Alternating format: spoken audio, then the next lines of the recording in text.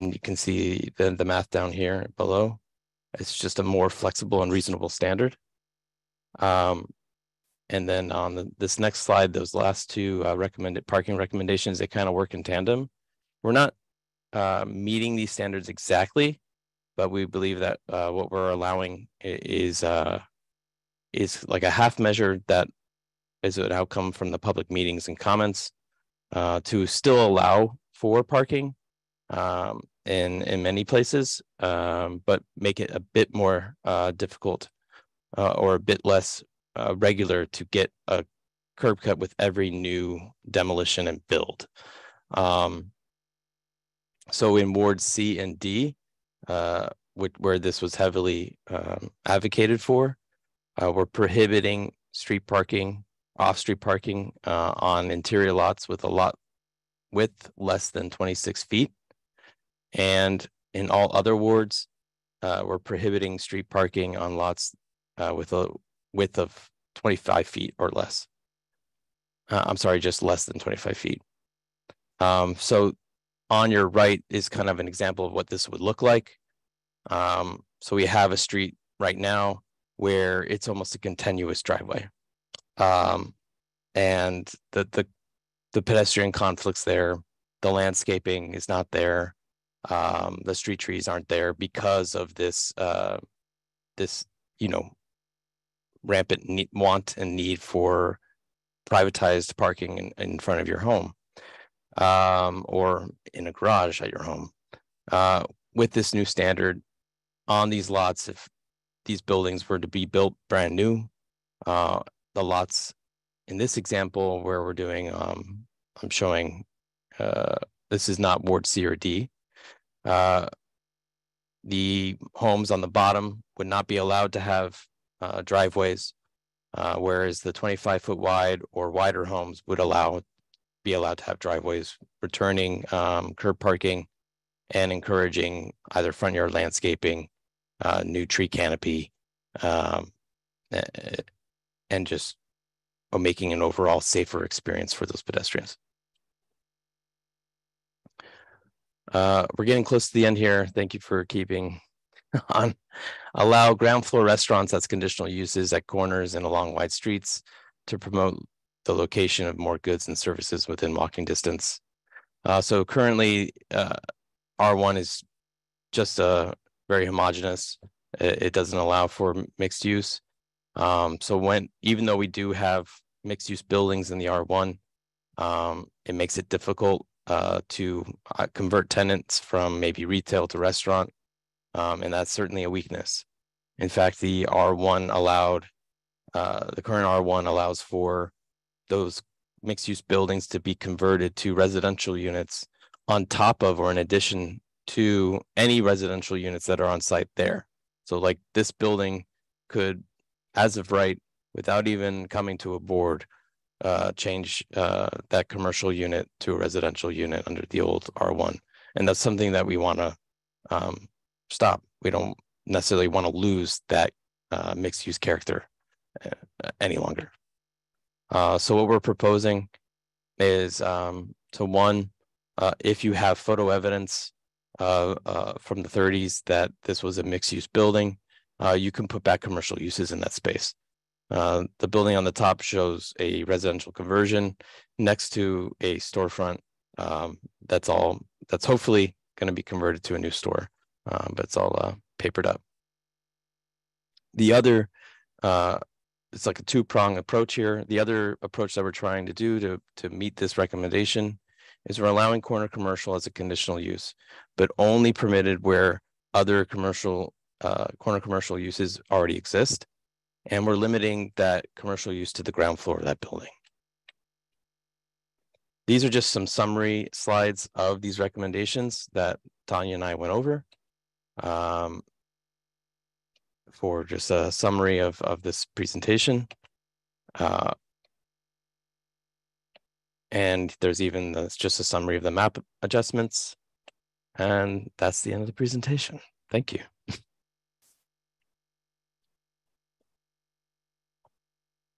All right, thanks, Matt and Tanya. I appreciate it. I know a lot went into that, and It's great work. I do want to, before I get to a question, I do want to correct the record. I think, Matt, you misspoke on when you talked about parking spaces per bedroom. You said 3 spaces per bedroom.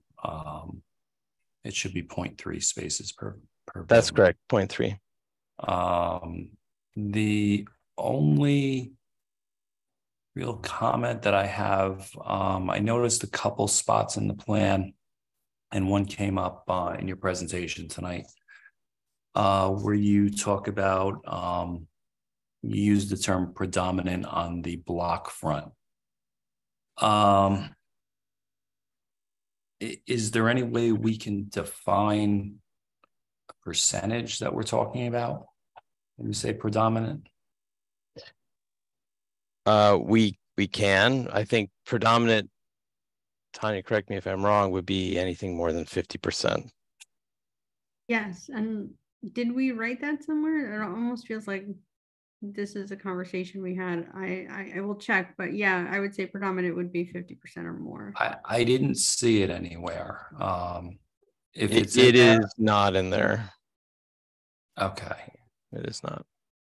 Yeah, maybe we can just list that in definitions or something. That's my only question or comment. This is a thorough plan, and I think the master plan spells it out already. So yeah, I have no other questions or comments. Anybody else from the board? Yeah, super detailed. Yeah. I just have a comment. Really great job that they did. The presentation was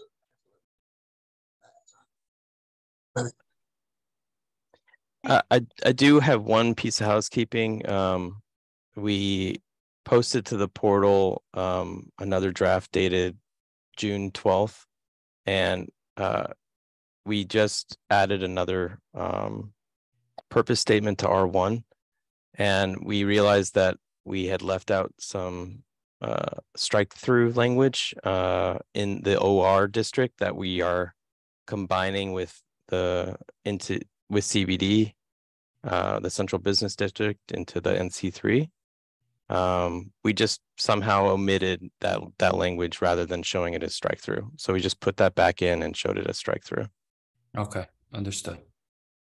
And I just want to also make a point to clarify that going from commercial automotive on Communipon to the NC2 will trigger the IZO. So any of those buildings will have to have a 10% on-site requirement. Excellent. All right. I have a question. Go ahead, doctor. Around Highway 139, what kind of zone is there, and what kind of buildings we can build there? Highway 139. Did you say what street again? 139. 139. Sure. Let me bring up the map.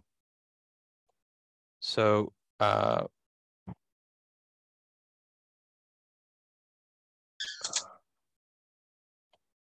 the map that is along with this the text changes with regards to 139 is making 2 changes, but it's not oriented along 139. It is centered at Baldwin and 139. One of the changes shows NC3. This area was formerly either OR or CBD, and then portions of Baldwin are becoming the RC3 zone, all the way up almost to Jefferson Avenue and stretching south to Courthouse Place. But there are no other changes in this phase 2 with regards to 139. There are recommendations in the master plan regarding other portions of that, but those are still under review. All right, thanks, Matt. Doctor, does that answer your question? Yeah. Okay, excellent, thank you. Anybody else, any questions, any comments, concerns? No. Okay, thank you, guys. Matt, Tanya, are you comfortable with opening up for public comment now? Yep. Okay, so at this time, let's open it up for public comment. If anybody's here from the public that wants to comment on this change, please raise your hand. And if you are calling in, you can press *9 to raise your hands. Chairman, seeing no one from the public wishing Oh, to no, speak. we have a few. Oh, not showing on my phone. Ah, there we go. I was gonna say you have to flip the screen, I think. Yeah. Hi, Karen. How you doing? Hey, good. How are you? Doing well, thanks. I'll swear you in if you could raise your right hand. You swear any testimony you give tonight is going to be the truth, the whole truth, and nothing but the truth? I do. For the record, can you state and spell your name and give us your home address, please? Sure. It's Kern, Kern, Weissman, Weissman, 576 Palisade Avenue. Thank you. Aaron, good evening. We have 3 minutes for you, sir. So I would ask, given that I'm speaking on behalf of the Review Development Committee, would it be possible to get a little bit longer, just up to 5 minutes, just speaking on behalf of about 30 people? As long as none of those 30 people are speaking tonight, we could do that. Yeah, so the only other person that's speaking is Becky, and she's speaking as a neighbor within the zone here. So I may not take the full 5. I just want to just have a little leeway and not get cut off, if that's okay. Okay, sure, go ahead. Thank you. I appreciate your leniency to that. No worries.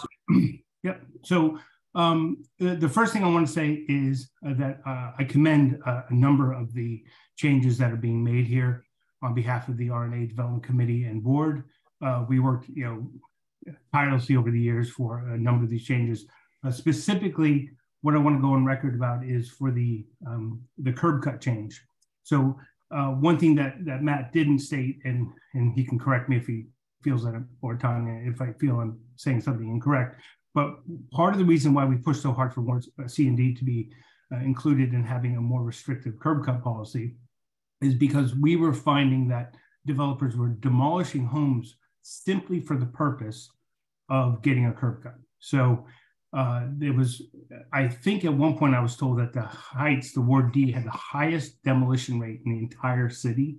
And one of the reasons that developers, we asked them, hey, why are you demolishing buildings? Well, we get a curb cut if we do that automatically. We just demolish it. Doesn't even matter if we could rehab it. If we're allowed to demolish, we get a curb cut. So I think that's a very important point that so along with everything that Matt said about the street safety, less pedestrian conflict, more street trees, more, just walkability, all those things are true, permeability, everything. Along with we're disincentivizing demolition in the Heights for preserving structures and potentially adding dwelling units. If they preserve it, they can add a third unit in many cases. So I just want to make that clear. So the one area that I have significant concern with, and I'd love to, if we could address it here, would be the accessory unit. So the accessory unit, conceptually don't have a problem with it. The way it's written here, my issue, so I'll take my house as example. So I have a 75% lot coverage. So for me, 5% of additional, granting 5% of additional lot coverage to do an accessory dwelling, probably couldn't really do one, with an extra 3% in the back. But if you take my neighbor right in back of me, here's what he could do. He has a 60% lot coverage on his current building. In the current regulation, if you look on page 18, what he could do is he'd be able to take 5% additional lot coverage, so that would go up to 80%, and then like 78.5 or almost 79%. And then what he would be able to do is construct a 500 square foot accessory building right on the rear lot line, so right on my backyard lot line, and he'd be able to go up 18 feet, so 2 stories. So even my little balcony in the back, he would go up farther than that. So he'd go up 2 full stories right on my lot line, cut off light and air there. So I understand the need for in larger lots for having dwelling units, accessory units, not having it. I'm not even opposed to that. He does have that 3 or 4 foot access to the right of way. The challenge is that they're not restricted by height and setback. So if it was 12 feet and it had to be set back 2 or 3 feet from my rear lot line, I take away my objection and no issue. So I think in general, when we looked at the heights, we found that there's a good 10-15% of lots actually have where they're using less than 70% of the lot. So this could be very impactful to neighbors if you let them go up 18 feet right on the rear lot line. So we had suggested, as RNA, this isn't the first time they're hearing this. So we had suggested to Matt and Tanya that we restrict that down to 12 feet, just like a standard accessory building, and then enforce a little bit of a setback there. I would really ask that be considered to be changed here before this comes law. That was my the 2 main points I wanted to make. So I'm gonna be respectful of your time. But if we can get a response on that, that'd be great. Okay, thanks, Karen. We appreciate it. Matt, is that something that can be considered before you go to City Council with it? Yeah, so, and Tanya, jump in if you have anything to add, but so we looked at those comments. And when we were looking at both the height, there's 2 comments that he brought up, the height and setbacks. One is that in our best guess, in review of existing buildings across the city, the garages are typically along, when they're detached, are typically along the rear lot line. Mm-hmm. So that's why we held that standard. And then the height was to allow for the potential of keeping the garage with the residential above. And so that's why we ended up with an 18-foot height on the accessory dwelling units. There's also a good deal of these back houses or accessory dwelling units or back cottages, which are 2 stories. We think that is actually pretty typical. It's more rare to see something that is a single story.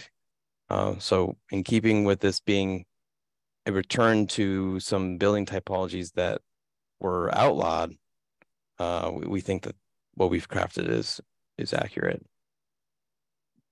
Okay, thanks, Matt.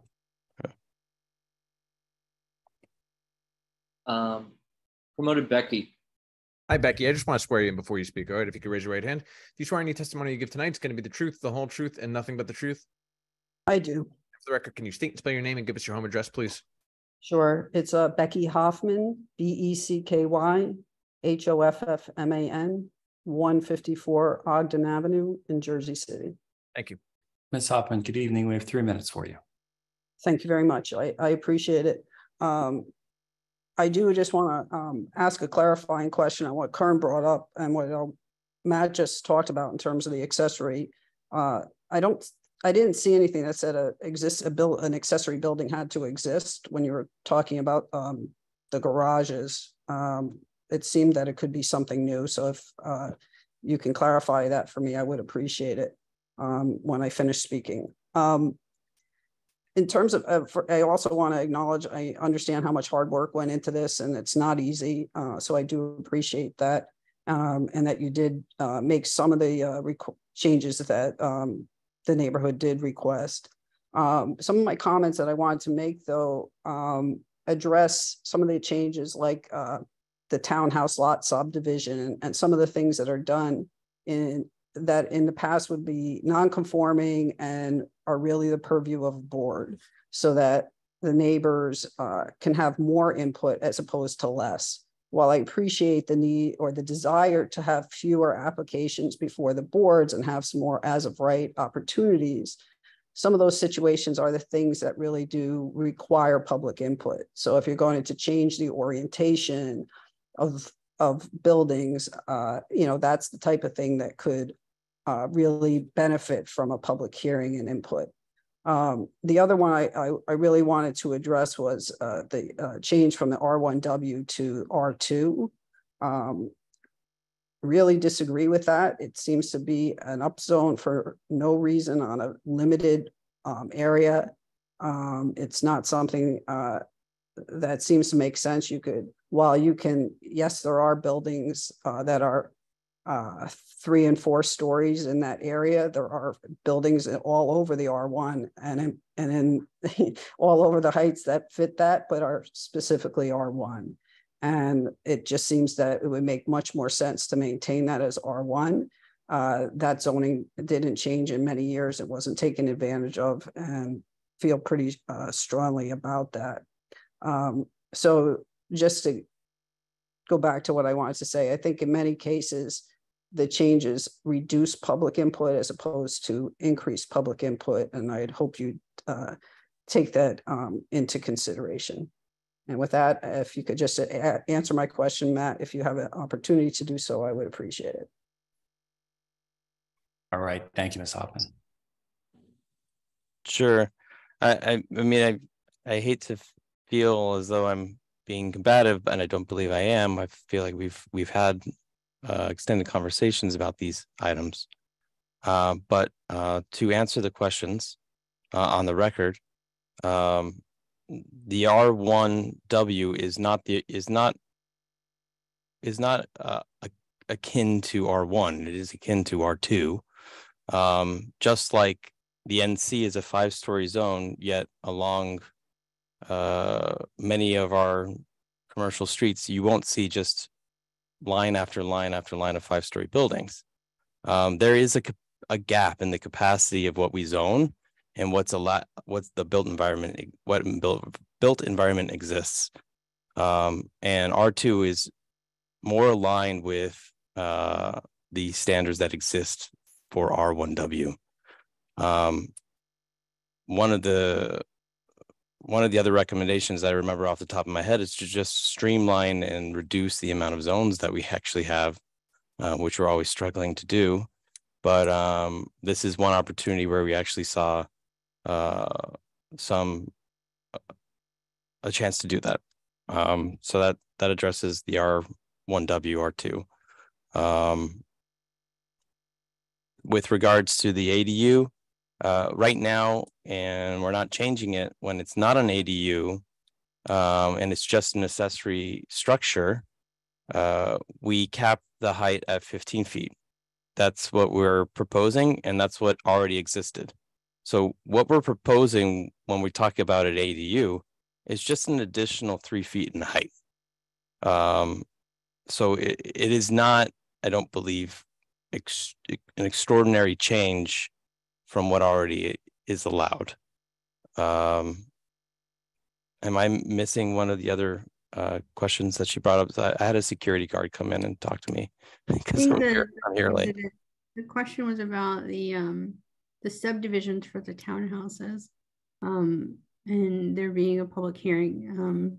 But because it has to be done through subdivision, it would always come through the planning board. You cannot do subdivisions, at least here in Jersey City, we don't do them without going to the planning board. I just want to add to the R2. It wasn't something that we took lightly. It is something obviously that we spent a lot of time thinking about.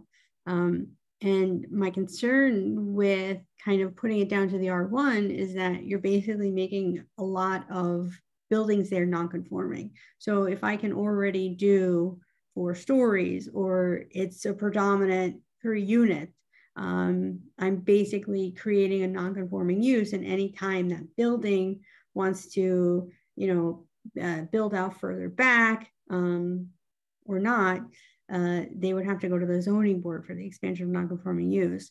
That would be that was my main hesitation to switching to R1, is that you really kind of would be creating a situation where you'd have a lot more non-conforming uses. Okay, thanks, Tanya. Thanks, Matt. Promoted Chris Perez.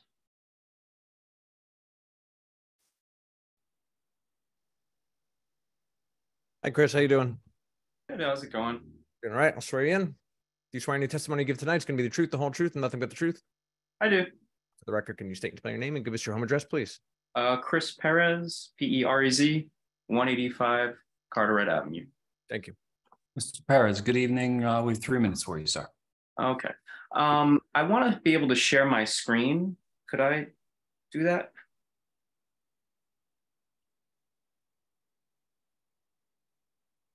You have permission to do it, but I leave that decision to the chair. Okay. Yeah, I mean, we'd have to make that part of the record. You'd have to send that to planning, and we'd have to keep that under the 3 minutes too. Okay. My concern, so I want to first thank again, Tanya and Matt have done a really good job working on this. I personally love a lot of the work that's gone into it and a lot of the outcome. Back in March, my community group, Sherwood Claremont Neighborhood Association, which covers the neighborhood from the Junction to Bayview, from Ocean to Garfield, we had a community meeting and we had a lot of concerns about the proposed 4-story idea. And thankfully, Tanya and Matt listened to us and they pulled back on the 4-story thoughts. But the other part of that component was the front yard setbacks. And so that proposal had a minimum 5-foot front yard setback and didn't follow the predominant front yard setback, which we currently have in the R1. And so there's a lot of concern about how on the 5,000 square foot lots, they'll be able to build as close as 5 feet from the sidewalk and box in the front yards of adjoining properties. In my community of over 1,000 homes, I'd say maybe about 6 have 0 front yard setbacks and about 13 or so have between 0 and 5. Most of our front yard setbacks are in the neighborhood of 10 to 20 feet. I wanted to share my screen to show you a condition of what this looks like and how this could start boxing in a lot of the homes in my community. Their front yards, they'll look out into their front yard and they'll have the side wall of new construction blocking the sides of their front yard. I'm not sure what real benefit there comes to not following the predominant front yard setback for all developments in the R1, but I have a really big concern about that. There's a couple of instances on Arlington Avenue, can show you how a home with like a 20-foot front yard setback has been boxed in by an apartment building. But there are also many examples where we have 3.5-story apartment buildings on Arlington where they're set back significantly, specifically on Arlington between Carteret and Claremont. So I would like to have that up for consideration. I don't know what real benefit reducing the required front yard setback for the 5,000 square foot lots, what it creates. And could we just default to the predominant setback as with other lot sizes? I hope that everyone understood what I was trying to say. Absolutely, Chris. Thank you. What I would suggest, Tanya, I don't know if we want to put an exhibit in for city council. I'm hopeful Mr. Perez would be at that second reading, and I don't know, maybe that could be in front of city council when he speaks. I'm not sure if we can make that happen. But believe me, I certainly understand where you're going with it. Thank you.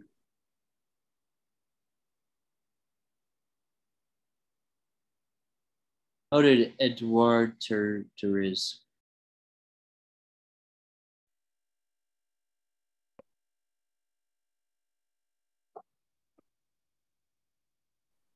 How's it going? I just want to swear you in. All right, if you can raise your right hand. Hello. Do you swear any testimony you give tonight is going to be the truth, the whole truth, and nothing but the truth? Yes, I do. For the record, can you state and spell your name and give us your home address, please? Yes, it's Edward. Last name is Terzis, Terzis, and it's 33 Bayview Avenue. Thank you. Mr. Terzis, good evening. We have 3 minutes for you, sir. Good evening.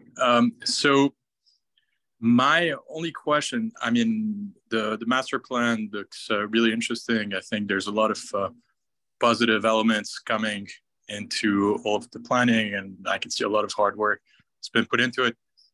My only question is, and something that I think might be a bit missing is potentially the affordable element in the district. And my thinking is, referring back to other zoning, for example, the inclusionary housing in New York City, which allows higher density as of right if affordable housing is included. In this case, I don't see this on, and I'm not talking about non-conforming buildings, as long as the buildings obviously are conforming in terms of setbacks, heights, everything else that was mentioned here. My only concern is that someone that's trying to build or increase affordability in a certain neighborhood where it's lacking, at least on the new development side, is going to have to be going through an extremely complicated, time-intensive and expensive process of getting all those additional variance approvals.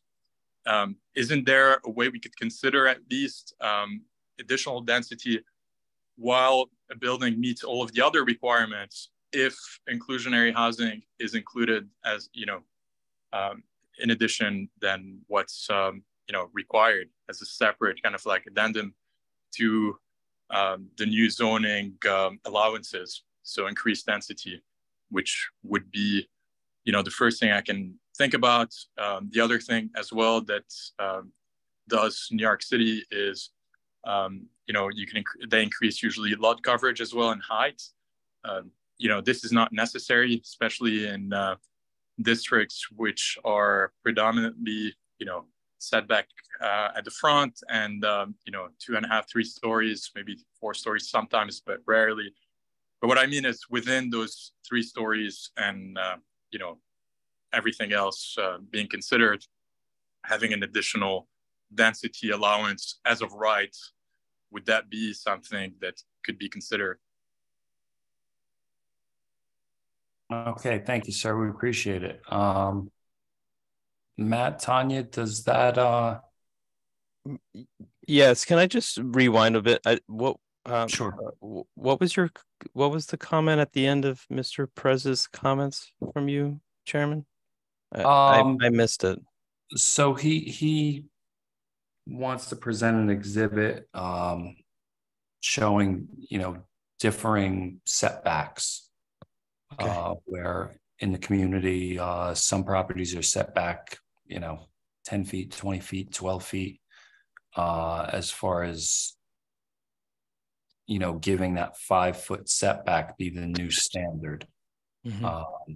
That consideration is given to existing neighborhood setbacks. He wants to show an exhibit to City Council when this comes. Yeah, I would think he would have that exhibit at that point too, but okay. So Chair, I just don't know how we make it part of the record when the board hasn't had the benefit of having reviewed it. That would be my only. I'm fairly certain and familiar with some of these instances. I think we even saw some on our walking tour that we did in Ward F. Yeah, that's he why mentioned Arlington Avenue. I'm aware of some examples by Arlington and Claremont, and we've talked about this issue. I've even shared emails with him that this is respecting a very common development pattern, and sure. He may disagree, but I believe it actually adds a bit of privacy to that further setback home. We see this pattern even in our historic districts, even our townhouse, row house historic districts downtown, where a larger building is closer to the street, and then your narrower, smaller townhouses are set back further, or you're detached in this instance, or maybe this instance, detached 1 or 2 family home are set back and kind of are protected by or shielded by or kind of enclosed by with, I think, a nice sense of enclosure and privacy. Yeah, I don't want to make it part of our record since we haven't had a chance to review, the exhibits. We would have to qualify them and such. I think they're more appropriate in front of City Council. But I believe me, I understand what he's talking about. Being on the board for as long as I have, I'm well aware of differing setbacks. Well, Chairman, I think that was the point. His was to be illustrative, and obviously the board yourself particularly didn't feel it necessary to see the exhibit to understand that one property may be set back 20 feet. Sure. The neighboring property is set back 5 feet, and what that looks like. Absolutely, yeah, that's where I was Chairman going. Langston, we had that when we at the before COVID, some group came to front of the board and they brought an exhibition in front of us to show us like the height of a building, what it could be. If he wants to do that on his own as council at the meeting, then that's up to him. But to get it to do it, you need to see it, Yeah. You know what I'm saying? Is if something he wants to make an exhibition as he goes and speaks, then that's fine. Sure. Yeah. Agreed. All right, let's move on with public comment if we could, please. Yeah, to go back to Mr. Terzis' comments. Yes. So we're proposing the townhouse lot subdivision, which hopefully will create some affordability in the size of maybe a diversity of unit sizes. We're allowing for ADUs as part of this, but also, and it sounded more like that gentleman should look into the affordable housing overlay, which is already passed. And we've reached out to the Fair Share Housing Center about actually lowering the fractional unit cost, and that's also part of this zoning text amendment here as well. Agreed. All right, thank you, Matt. Mm-hmm. Promoted Renuka. Hi, Renuka, I just want to swear you in before you speak, okay? If you could raise your right hand. Sure. Do you swear any testimony you give tonight is going to be the truth, the whole truth, and nothing but the truth? I do. And for the record, could you state and spell your name and give us your home address, please? Sure. Renuka Vijayanathan, RENUKA VIJAYANATHAN. I live at 232 Pavonia Avenue, Jersey City, downtown. I just had a question for Matt. Thank you for your presentation. It just, on some of the things that you presented showed how when you do the future lot subdivisions, instead of the 25 by 10, the smaller lots, and you had kind of indicated that they wouldn't have parking, or it would be kind of, I just wanted to clarify, did you give any thought to the fact that those smaller lots would be more affordable, and then it kind of would be denying people who would be trying to buy a single family home, a parking spot, or, one with a parking spot versus like, say, the larger lots, which are more expensive. I don't know if you can maybe give more detail, like would the larger lots have like 2 parking spots versus the smaller lots? I guess I don't know. I was just a little confused by some of the things you presented there. And could you just explain it a little bit more, or the rationale for getting rid of the parking for future smaller lots?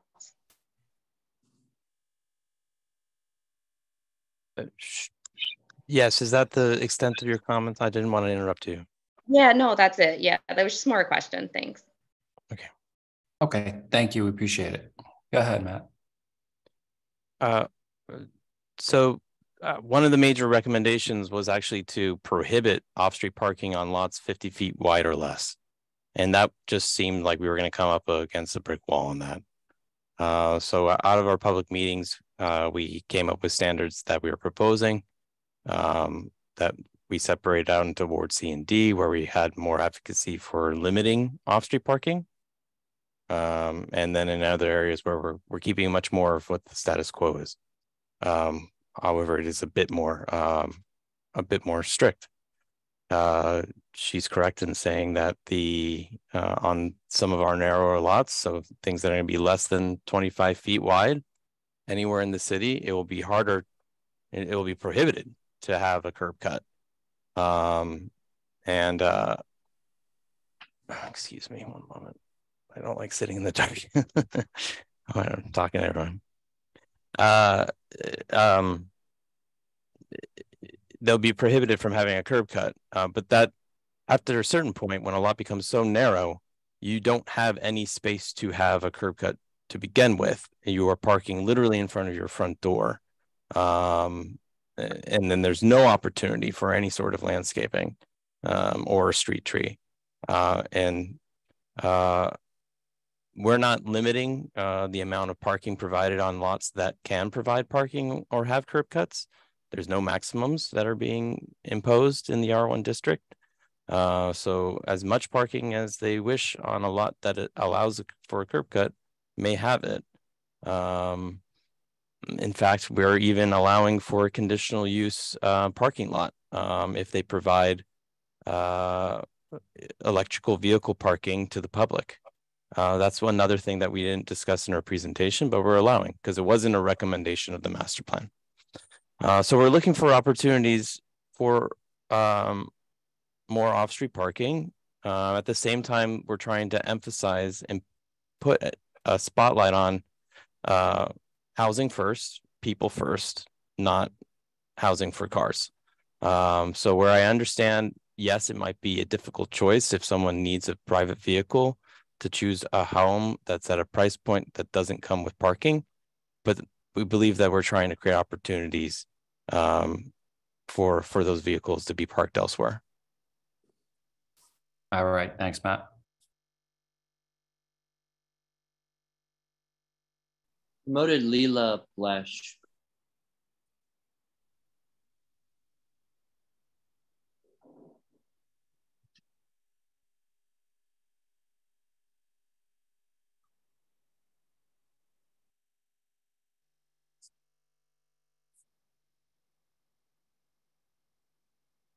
Hi, Leila. You just got on mute. Okay, got it. There you go. I just want to swear you in before you speak, okay? If you could raise your right hand. Do you swear any testimony you give tonight is going to be the truth, the whole truth, and nothing but the truth? I do. And for the record, can you state and spell your name and give us your home address, please? Leila Blanche, BLACHE, 219 Randolph Avenue. Thank you. Good evening, Ms. Blanche. We have 3 minutes for you. Good evening. I don't need 3 minutes. I just wanted to reiterate what Chris said with regards to the setback. 90% of the houses on my block have that 10 feet setback. So can you imagine somebody coming in and putting up a building on either side of any one of the houses with just that 5 feet and blocking everybody in? In fact, we've had that issue with Pronti putting his building up next door, and he was very nice enough to push it back because of that same problem. It was going to block our sun and block us in. And I think that's going to be a huge, huge issue. We would just like everybody, it's to stay as same. Our neighborhood is uniformed, and that's just going to be an eyesore. Okay, understood. Thank you. You're welcome. Promoted Nathan Sheeran.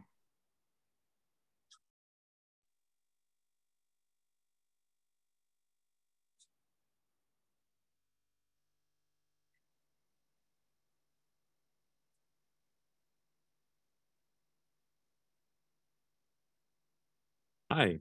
Hi, how's it going? Are you able to turn your video on?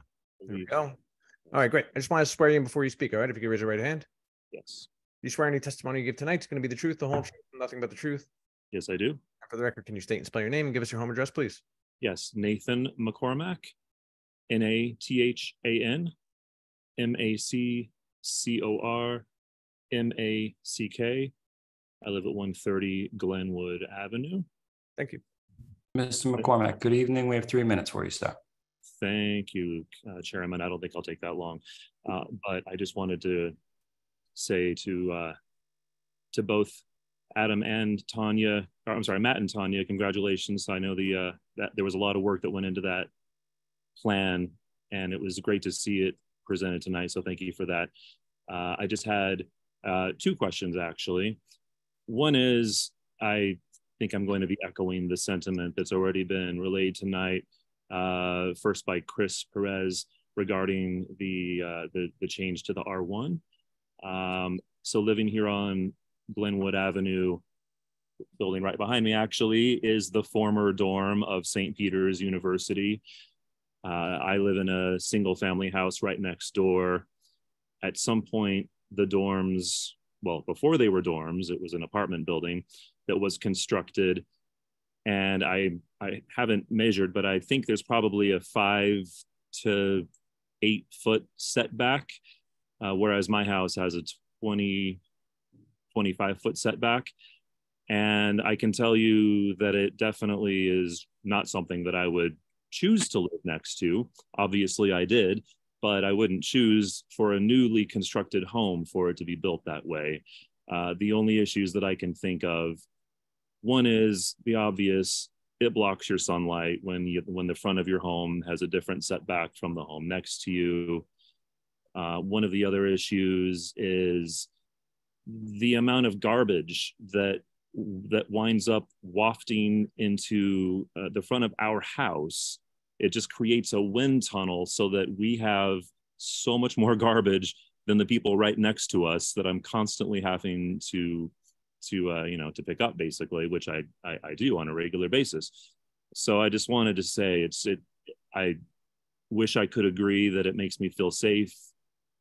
No, not really. It just kind of makes you feel like you're off in your own little corner looking at a brick wall. And that's about the only thing I can say about it. So hopefully this is something that can be taken into consideration in the future.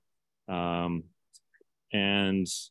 also, I just had a question regarding one of the first screens that was shared. I know that, again, Matt and Tanya are aware that we on Glenwood Avenue are about to be facing major development, adding hundreds of units to our block in the near future. So those of us in single family homes are trying and are currently pursuing having our homes designated historic. And I wanted to find out if either of you had any input as to whether this, and I might be mistaken, but is the RH1, RH2, is this a designation that could actually be something that we could be considered for? And if not, what could be considered for someone in our position? Thank you. All right, thank you, sir. So we keep coming back to this. I just this front yard on, first of all, this minimum 5 foot front yard standard is only allowed on lots 5,000 square feet or more. And there are many streets in the city that have R1 homes that have 0 setbacks. So on a wider lot on that street, we're providing a yard with landscaping. Let's just flip it for a moment there and think about it that way. We're talking about 1/3 of the city, a standard that should be standardized for 1/3 of the city. What we see predominantly for wider lots is a small setback, yes, but a small setback, not a matching setback to what might be the 1 and 2 unit context along that road. So where, I hear these comments and I know that there's not going to be one opinion. We believe that we're basing this off of what a standard pattern of development is. And that's what we were trying to accomplish most with these R1 changes. With regards to the RH1 and RH2, right now,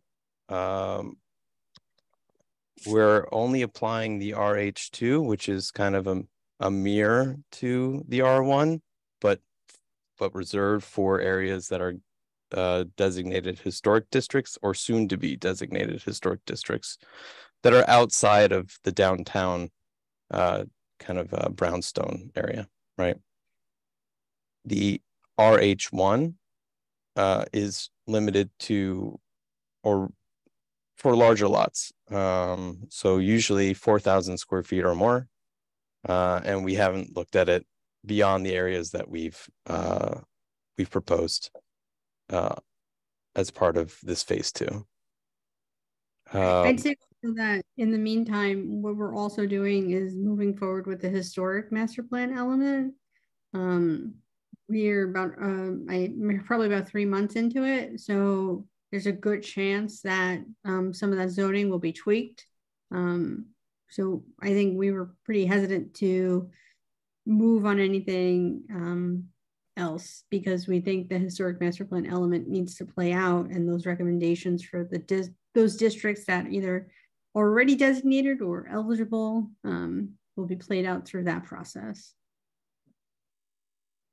Okay, thanks, Tanya. Let's continue on with public comment, please. Promoted Natalie Kalbach.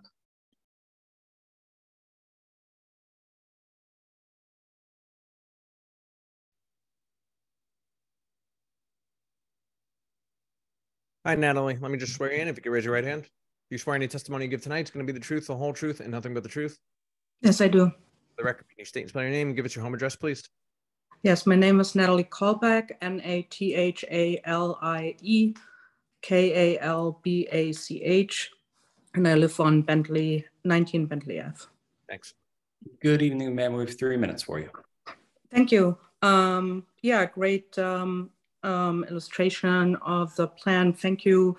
I would like to reiterate what Chris Perez said about the setback. I know this is not something that some of you might want to hear again, but I think given that this is a problem that, you know, is, as Mr. Ward said, refers to about 30% of the city. I think that's a, you know, this is a big number of lots that can be built that way. And I don't understand how Mr. Ward can refer to being boxed in, having the feeling of being protected or shielded. From what am I protected or shielded if I'm in a boxed in house from the sunlight? So I would really, really ask if you could reconsider the setback allowance for these buildings. That's all that I have to say. Thank you. Okay, thank you. We appreciate it. Promoted Cynthia.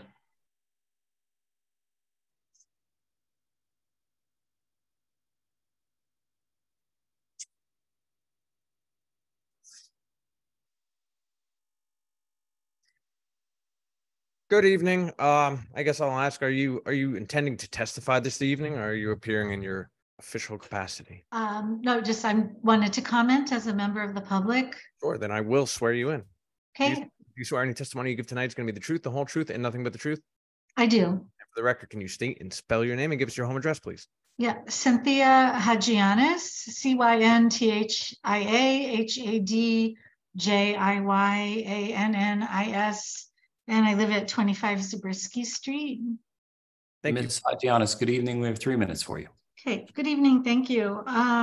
So I did want to say, I remember when we had the discussion about the garages and the heights of front yard or front garages on our walking tour, and I am really happy that Matt and Tanya were receptive to the public comment that we all made, and I think it's an excellent change. I like townhouses. I live in a townhouse, so I think there are a lot of positive changes here.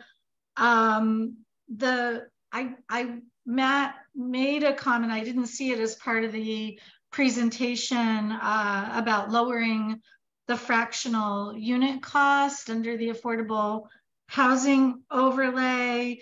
And then he alluded to conversations with Fair Share I would, and I think that he's talking about maybe making developers have to contribute even less to the Affordable Housing Trust Fund in order to get these density bonuses. I saw the original affordable housing overlay as a fig leaf for density increases. Now, to make it even easier for developers to get their density increase without making the contribution that was originally contemplated when the overlay was first passed. I am strongly against that. And I think alluding to these conversations with Fair Share, the city did that when the affordable housing overlay was passed. If Fair Share is going to play such a role in forming our policy on affordable housing in Jersey City, I would like Fair Share to be here talking to the board. I'd like Fair Share to engage with our community, and I would like them to be accountable for some of the things they're proposing, because they seem to like these one size fits all solutions that might work in Princeton, but we're in a different environment where we're not trying to fix exclusionary zoning. We have a diverse environment in Jersey City. So some of these one size fits all things don't really make sense in our environment. The other thing I wanted to talk about was these protections like the RH1. If you live on one of the nicer blocks like Bentley or Gifford or Sherman, the city's sort of protecting your beautiful block. If you live on one of the medium blocks in Jersey City, like where I live on Zabriskie Street, you're kind of out of luck. And I would like to see the same care and attention paid to preserving the character and the scale of some of the, moderate blocks or marginal blocks as is paid to the grander, more intact blocks in Jersey City. We live here too, and having a nice block is important to us. Thank you, Ms. Hajianis. Those were your 3 minutes. Thank you. Nothing that's been discussed with Fair Share Housing with the planning department is in front of us tonight. I just want to make that clear. All right, anybody else from public? Mr. Chair, seeing no more public, I move to close the public. We have one more, Doc. One more came in. Voted Charlene Burke.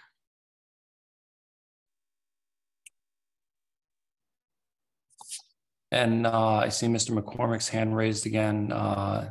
If that's somebody else in your household, Mr. McCormick, we could allow them to speak, but if it's you, we can't. We only have one public comment per application. Hello again, Ms. Burke. If you would just confirm that you are still under oath from earlier tonight. Good evening again. Firstly, I would like to applaud the no parking on the 25 feet or less in my ward, in particular Ward B. Would have loved that it were something more like C and D, but because many of our community groups have had problems with the Bayonne box, if you will, changing the way people had parked on the block. So there was a lot of distress in many of our blocks about parking. But I can appreciate what is being proposed. I do have objections again about that 5-foot setback for the multifamily buildings being built on the lots, 5,000 square feet. And that's because in our west side, we have a lot of deeper lots. Matt made the comment about that. And why would you then have a 5-foot setback when you have a lot that might be 160 feet deep? It should be predominant. It can match the rest of the block. It does not have to be at 5 feet. Otherwise, you have massive buildings that are going up 100 feet or longer that are really not only blocking the front, they block the back. So now the neighbors, which have the smaller houses, private homes, they have a wall that extends the length of their property. So I really would object to that and reconsider what you're proposing. I also would like to object to the townhouses, particularly those that are turned sideways in the middle of the block. Because once again, we're talking here on the west side, we have very deep, long lots, narrow. Yes, maybe two of them could put a slew of those townhouses in, but with an alleyway or a walkway in the center, but it ends up where your neighbors now see the back of the houses. That is not acceptable. Personally, I think this increasing density is a developer's delight. And we as investors in our R1 neighborhoods are being, when it comes to a new buyer, it's often a developer rather than a family who is being outbid on the property because of the developmental rights. Because the developer can say, well, I can pay, $10,000, $20,000, $30,000 more because I'm just going to knock it down and make more units. And Ms. Burke, thank you. Those are your 3 minutes. Okay. Okay, anybody else from public? Mr. Chair, seeing no more public, I move to close the public. Second it. Okay, public is closed. We've had a motion and a second. Matt, Tanya, obviously we have your recommendation. So if there's nothing else, I'd like to move towards a motion. Mr. Chair, at this time, I would like to make a motion to accept and approve the review and discussion of proposed amendments to the zoning map and land development ordinance regarding creation and updates to several zoning districts such as the R1 district and amendments to definitions, thresholds, and several other sections of the code with phase 2 of the master plan implementation, and forward with a favorable recommendation to City Council for formal adoption. Second. All right, we have a motion and a second for approval. All right, on a motion to approve, Vice Chair Dr. Gonzalez. Yeah, Matt and Tanya, as always, you guys outperform, and the presentation was succinct and very interesting and complex and totally understandable.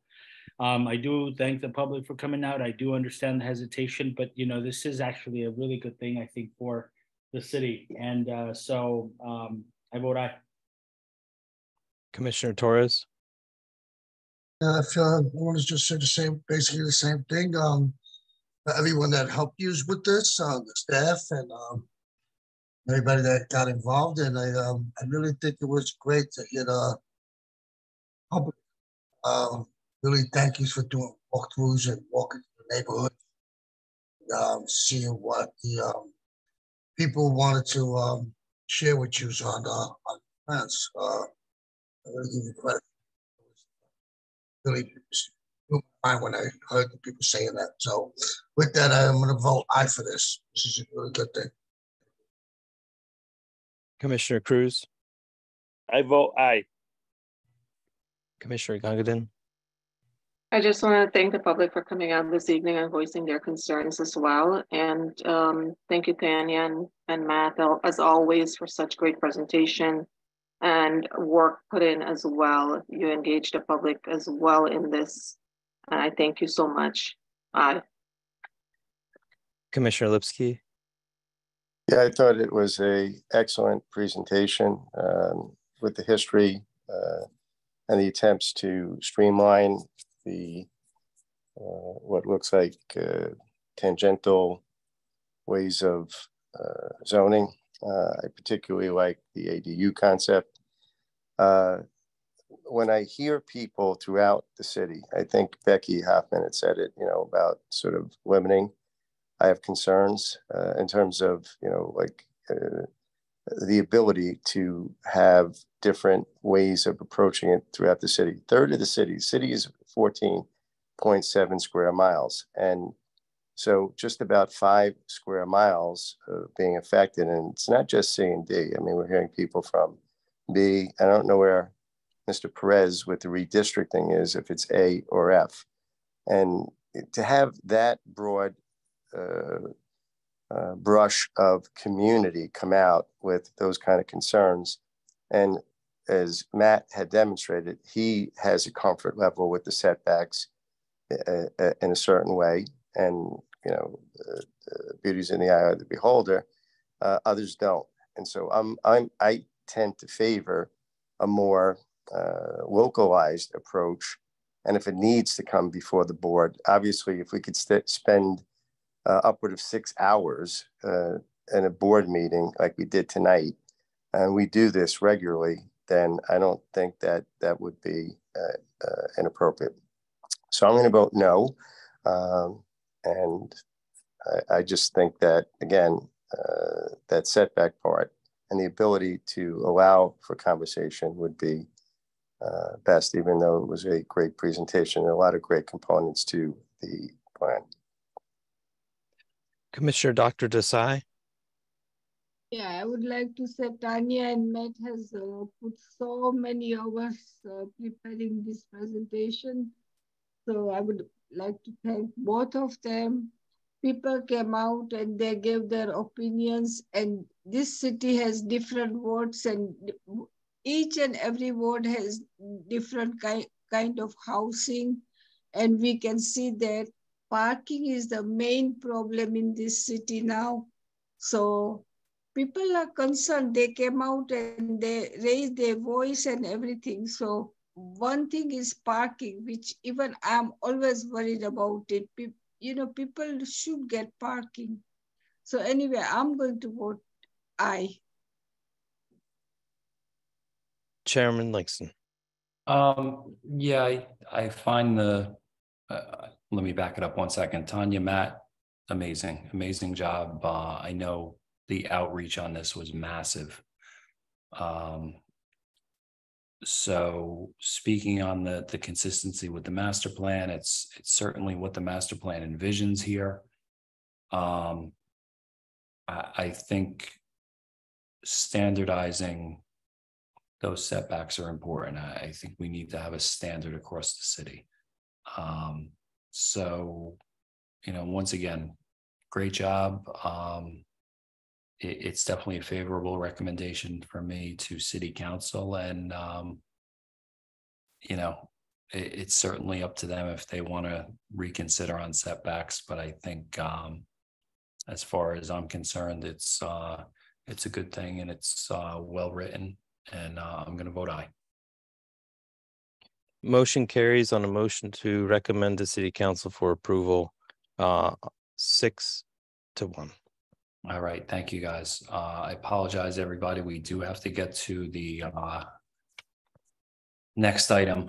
Is case P23-105 is a review and discussion of proposed amendments to the land development ordinance regarding cannabis establishment and distributor regulations and definitions. This was referred to the planning board by council resolution 23-387, and formal action will and may be taken tonight. Okay. Let me Mr. quickly Chair, get before we begin, were we going to make sure that everybody else is aware that they would not be heard? I mean, I'm sure they do, but I didn't know if you wanted to. Yes, I can. There were 3 remaining items. They all requested to carry to June 27th with preservation of notice. I can go through those real quick. If we could, please, Cam. Okay, so the first one, item 18 on the agenda, address 337 Johnson Avenue. They've requested to carry with preservation of notice to June 27th. Item 25 on the agenda, a conditional use for 747 West Side Avenue. They've requested to carry with preservation notice to June 27th. And the very last item on the agenda, item 32, address 2966 JFK Boulevard. They've requested to carry with preservation of notice to June 27th as well. All right, thanks, Cam. All right, go ahead, Matt. All right. So as it's stated in the listing for this item, the council under resolution 23-387 asked for us to study or prepare changes to 345 in response to a draft of changes to chapter 84 of the municipal code. Chapter 84 and the draft there too was actually attached to this resolution. Let me scroll down. Sorry for the scrolling. So they have the attachment was a proposed revised cannabis ordinance to chapter 84. And in staff's review of this draft ordinance, it appears as though they're making a numerical cap per ward for cannabis retailers and some of the other classes as well, the more industrial ones. But the way it reads is that it's kind of consolidating the decision making regarding cannabis establishments and distributors to the Cannabis Control Board and the city council in the form of their local support resolutions. And in response to that, staff's prepared for your consideration these changes to chapter 345, and they can be summed up like this. The 345-6, the definitions, we're adding in the definitions of these different classes of cannabis establishments or distributors. These are either echoed from chapter 84 or some language from the state law, and it's essentially making these land use categories, and which was a little bit unclear the last go around. So we're adding in cannabis cultivator, cannabis distributor, cannabis establishment, manufacturer, retailer, wholesaler, and cannabis consumption area, which is an area on site attached to a retailer where they can, where someone can consume cannabis products. Now, for the chapter where we actually introduced cannabis establishments and their regulations, we're taking a lot of that text out in response to what seems as though a chapter 84 of the municipal code that wants to give more emphasis and power to the Cannabis Control Board and City Council. So what we're doing is removing the conditional use, which inserts the planning board. And what we're doing is keeping the zones where we had permitted these as conditional uses. We're just keeping those zones intact. So for class 1 through 4, we're keeping those zones intact. For class 5, we're keeping those zones intact that were already in place. And the remainder is being struck. So they're no longer proposed to be conditional uses, meaning that the only instance where a land use board would hear an application for a cannabis establishment or distributor would be in the case of a use variance. So that would obviously be before the Zoning Board of Adjustments. All other instances, the CCB would be the first decision maker, and the City Council would be the last. In only the instance where they're asking for a use variance would the Zoning Board of Adjustments be inserted into that process. And I believe that Chapter 84 actually lists them as being the first decision maker in that process. So we think that this is a streamlined version of the prior ordinance, and we are simply following what we were asked to do through that resolution.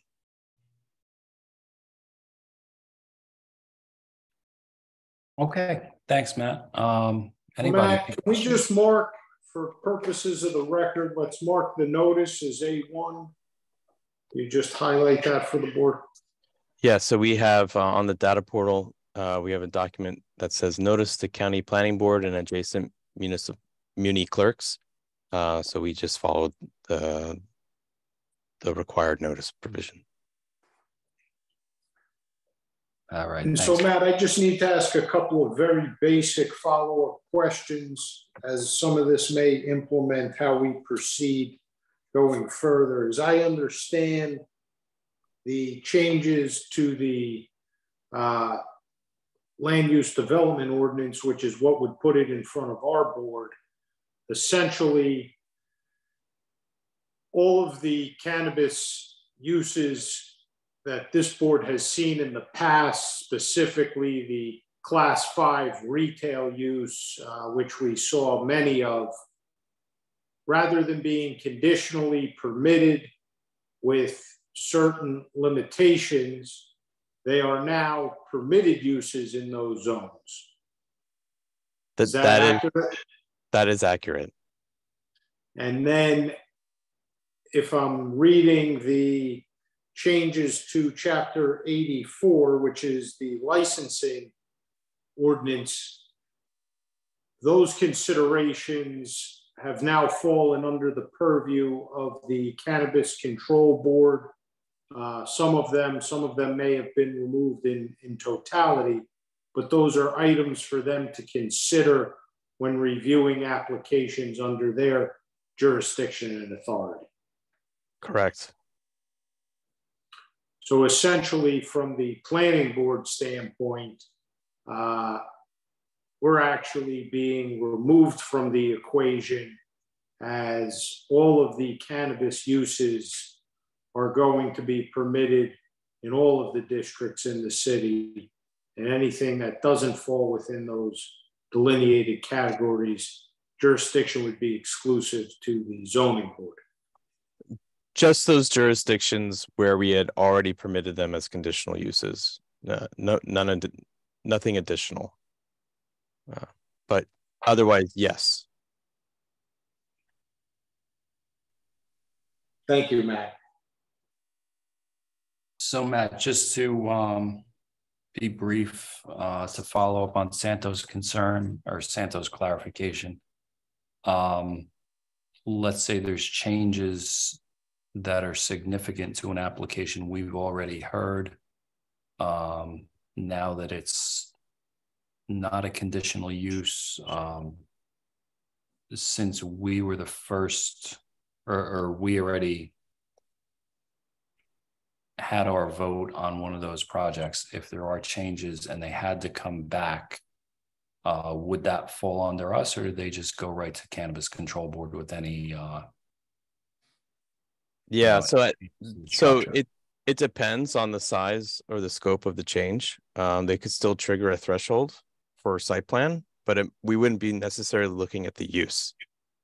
Other than that, I think it would be simply a change to their permit application through the Division of Zoning, and if they don't trigger a threshold for site plan, then they might just be able to change their approval that way.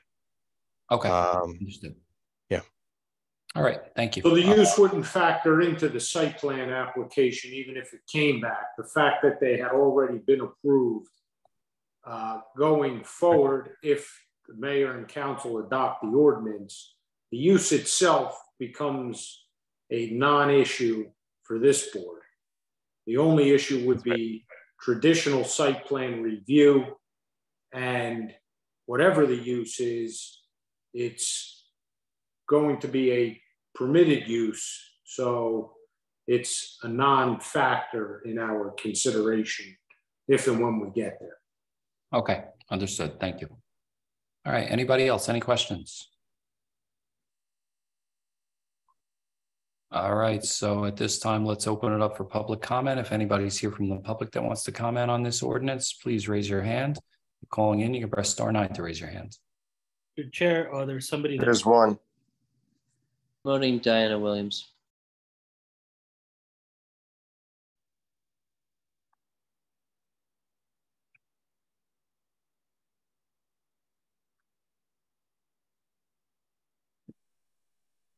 How you doing?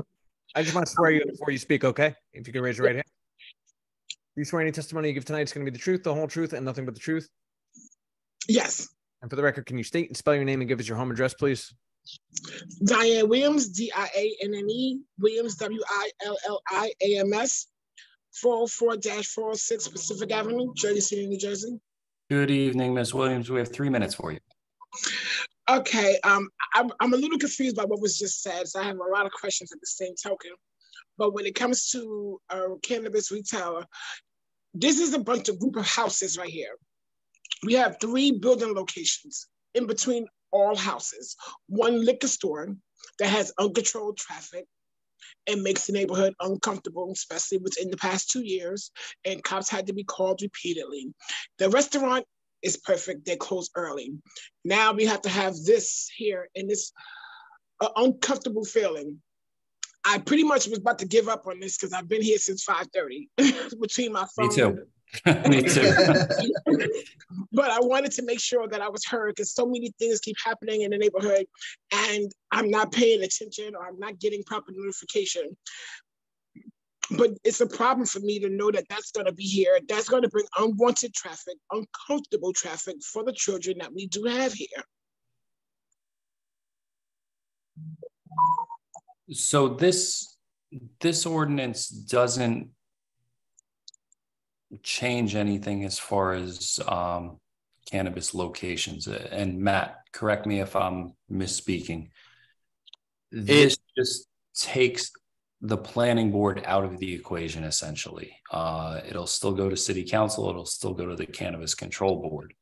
What this does is change the language on where those shops need to come. So it just takes one hurdle out of the way, but they still do have to go to cannabis control board and city council.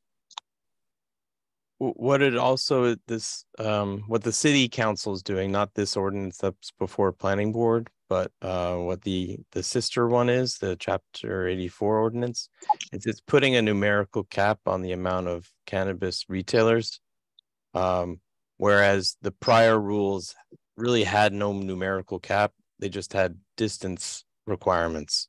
So it was a little less clear how many retailers could actually open up.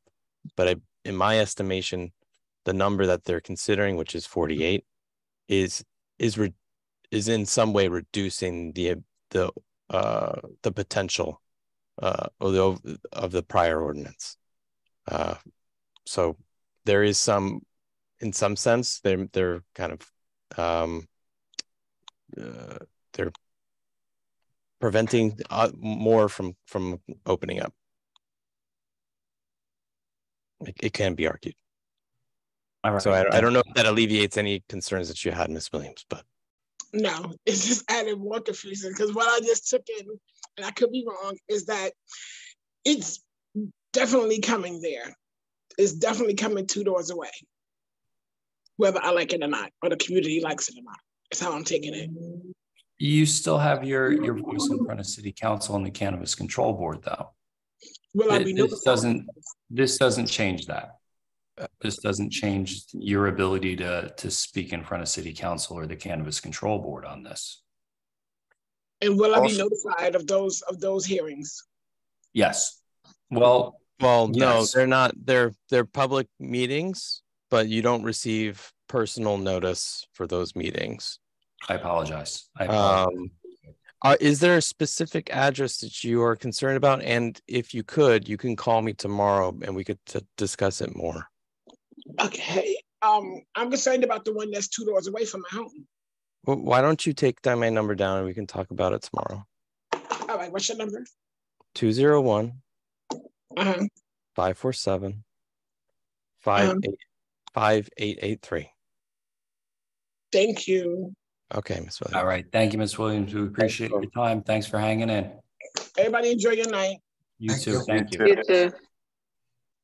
Okay, I see one more hand raised. Promoted Duncan.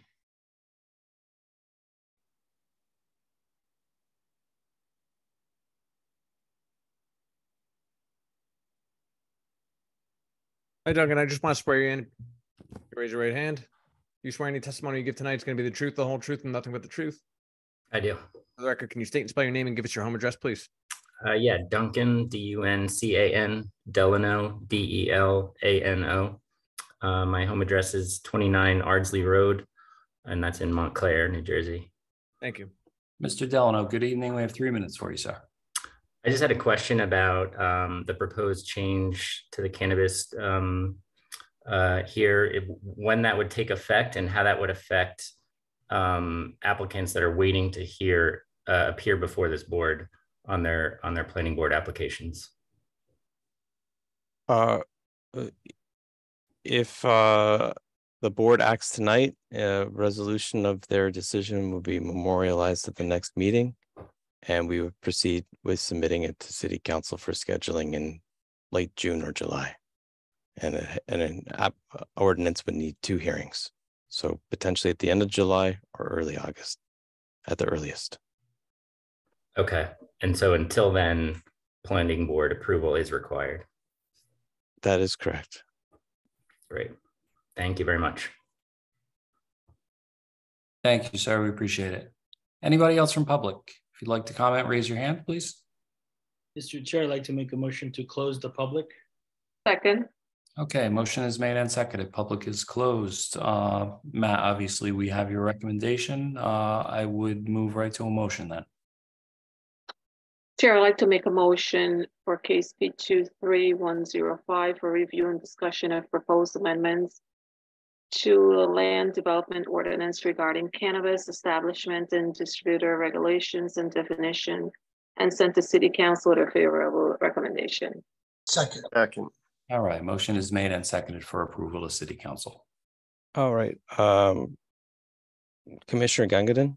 Aye. Commissioner Torres? Aye. Commissioner Cruz? Aye. Vice Chair Dr. Gonzalez? Abstain.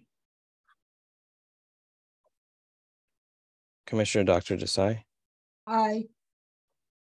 Commissioner Lipsky? Aye. Chairman Langston? I wish I could vote aye twice. It's aye.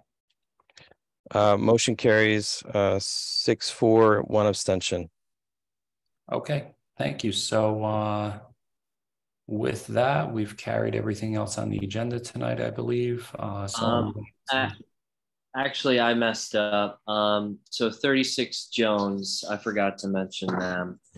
They reached out. They are carrying with preservation of notice to June 27th. That is item 16. Yeah. Okay, so that's P23-004. That's carried to a date certain, June 27th, with preservation of notice. Okay. Correct. Yeah. All right, so let's move on to memorialization of resolutions, please. Okay, Mr. Chair, I'd like to make a motion to memorialize the following resolutions. I believe I have 12. The first one is resolution of the Planning Board of the City of Jersey City. Applicant is ILC 44 Newkirk, LLC, for amended final major site plan approval with C deviations. Property 171A, 171, 169A, 169, and 167 Baldwin Ave and 44-48 Newkirk Street, block 10802, lots 25-32, case number P22-052. Second resolution of the Planning Board of the City of Jersey City, applicant LLC for amendment to final major site plan approval with a deviation. 400 Claremont Avenue, formerly known as 17-19, and 53-63 Yale Avenue, and 400 and 148-430 Claremont Avenue, Jersey City, New Jersey, block 21801, lot 4.01, formerly known as block 21801, lots 4, 5, 8, 9, 10, 15, 16, 17, 18, and 19. Case number P22-222. Third resolution of the City of Jersey City Planning Board in the matter of Bud Space LLC, 270 Newark Avenue, block 11010, lot 4, case number P23-040, decided on May 9th, 2023, memorialized on June 13, 2023, application for major preliminary and final site plan and conditional use approval. Resolution number 4 of the City of Jersey City Planning Board, applicant is Kush Club NJ LLC, for conditional use approval, 50 550-560 Tenley Avenue, block 3302, lots 14, 15, 16, 17, 18, and 19. Meeting date, May 9th, 2023. Resolution date, June 13, 2023. Case number P22-198. Resolution number 5 of the City of Jersey City Planning Board, case number P22-228. Applicant Lady L Cannabis LLC, address 547 West Side Ave, Jersey City, New Jersey, block 19202, lot 50. Decided on May 9, 2023, memorialized on June 13, 2023. This was an application for conditional use approval. Number 6, resolution of the Planning Board of the City of Jersey City, applicant Sign Plus for minor site plan 125 at 18th Street, Jersey City, New Jersey, block 7202, lot 2, case number P23-038. 7th resolution of the Planning Board of the City of Jersey City, applicant the Target Corporation for preliminary and final major site plan approval with C variances at 401 and 381 Route 440, block 26102, lots 2 and 3, case number P22-115. Resolution number 8 of the Planning Board of the City of Jersey City, applicant Delco-Levco Venture for minor site plan approval with C variances at 401 Route 440, block 26102, lot 3, case number P22-196. 9th resolution of the Planning Board of the City of Jersey City, applicant is Sign Plus for minor site plan 125 18th Street, Jersey City, New Jersey, block 7202, lot 2, case number P23-038. 10th resolution of the Planning Board of the City of Jersey City approving an extension of final major site plan approval. Applicant John and Rose Down for second extension of final major site plan approval with C variances at 32 Cole Street, block 11113, lot 2, case number P23-033. 11th resolution of the Planning Board of the City of Jersey City, applicant is at 70 Mallory, owner LLC, for preliminary and final major site plan approval with deviations at 70 Mallory Avenue and 65 Yale Avenue, Jersey City, New Jersey, block 21801, lots 2 and 3, case number P22-221. And the final resolution 12, resolution of the Planning Board of the City of Jersey City approving a 1-year extension of the approved preliminary and final major site plan and deviations, case number P22-052, 416 Hoboken Avenue LLC, 414-432 Hoboken Avenue, block 6701, lots 6 through 12. All right, do we have a second? All right, we have the motion and a second. Could I have a roll call, please, Cam? Vice Chair Dr. Gonzalez. Aye. Commissioner Lipsky. Aye. Commissioner Dr. Desai. Aye. Commissioner Cruz. Aye. Commissioner Gungadin. Aye. Commissioner Torres. Aye. And Chairman Langston. Aye. Motion carries all in favor to memorialize resolutions. All right, thank you. I'm vetoing any executive session tonight. Thank you, Chair. No chance. No chance, guys. Second. All right, we have a motion and a second. Thank you, guys. Tanya, you owe us like an hour and a half. All right. Thank you. Thank you, guys. Okay. All right. Enjoy your night. Thanks. Thank you too, guys.